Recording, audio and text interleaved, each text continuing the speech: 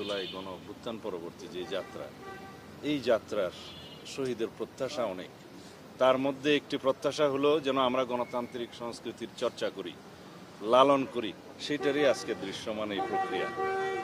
আমাদের বন্ধুগণ, তরুণ বন্ধুগণ যারা জাতীয় নাগরিক পার্টি সৃষ্টি করেছে, তারা আজকে প্রমাণ করলেন মাঠে আমরা যে যে রকমই তর্ক বিতর্ক বক্তৃতা দেই না কেন, এই রাজনৈতিক সংস্কৃতি আমাদের মধ্যে চালু থাকতে হবে যে আমরা পরস্পর তর্ক করব, বিতর্ক করব, ভিন্নমত পোষণ করব, কিন্তু সৌহার্দ্যমূলক আলাপ আলোচনার ভিত্তিতে পারস্পরিক শ্রদ্ধা, পারস্পরিক আলোচনা এটা চালু থাকবে।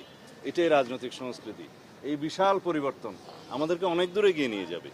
এই গণতান্ত্রিক সংস্কৃতি আমরা চালু করার মধ্য দিয়ে বিগত দিনের অগণতান্ত্রিক অপসংস্কৃতিকে বিলুপ্ত করতে পারবো। আমরা ভালো রাজনৈতিক আদর্শ প্রতিষ্ঠার মধ্য দিয়ে ফেসিবাদী রাজনীতিকে বিলুপ্ত করতে পারবো। সুতরাং এই রাজনৈতিক সংস্কৃতি যেন চর্চা থাকে, ফেসিবাদ বিরোধী জাতীয় ঐক্যটা যেন আমরা ধরে রাখি এবং এটাকে শক্তিতে পরিণত করে ইনশাআল্লাহ আমরা আগামী দিনের গণতান্ত্রিক উত্তরণ ঘটাবো এবং গণতান্ত্রিক যাত্রা এভাবে যেতে যেতে যেতে বহুদিনের প্র্যাকটিসের মধ্য দিয়ে এমন একটা অবস্থায় আমরা উন্নীত হব এই জাতীয় জীবনে, সেই সময় গণতন্ত্রকে আর কেউ ব্যাহত করার প্রচেষ্টাই গ্রহণ করতে পারবে না, সফলও হবে না। আমরা সাংবিধানিকভাবে গণতান্ত্রিকভাবে যে সমস্ত প্রতিষ্ঠানগুলোকে শক্তিশালী করতে চাই সেটা এই গণতান্ত্রিক প্রক্রিয়ার মধ্য দিয়ে হবে।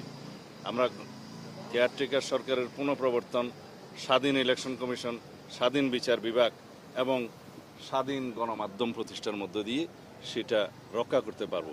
এগুলোই রক্ষা কবচ হবে গণতন্ত্রের। আমাদের গণতান্ত্রিক সংস্কৃতির জয় হোক।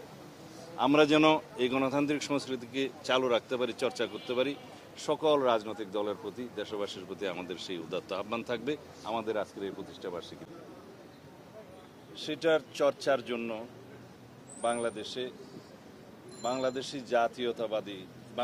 জাতীয়তাবাদের যে ধারণা, ঐতিহাসিক ধারণা তিনি নিয়ে এসেছিলেন, সেই ধারণা সকল বাংলাদেশে এই ভূখণ্ডের মধ্যে বসবাসরত সকল জনগোষ্ঠীর, সকল ভাষাভাষীর, সকল জাতিগোষ্ঠীর, সকল ধর্মবর্ণের মানুষকে একত্রিত করেছিল এবং জাতিকে একটা ঐক্যবদ্ধ জাতিকে পরিণত করেছিল, যার মধ্য দিয়ে পঞ্চম সংশোধনী, সেই জাতীয় সংশোধনী 1979 সালে গৃহীত হয় এবং সেখানে বহুদলীয় গণতন্ত্রের প্রবর্তনটা হয়।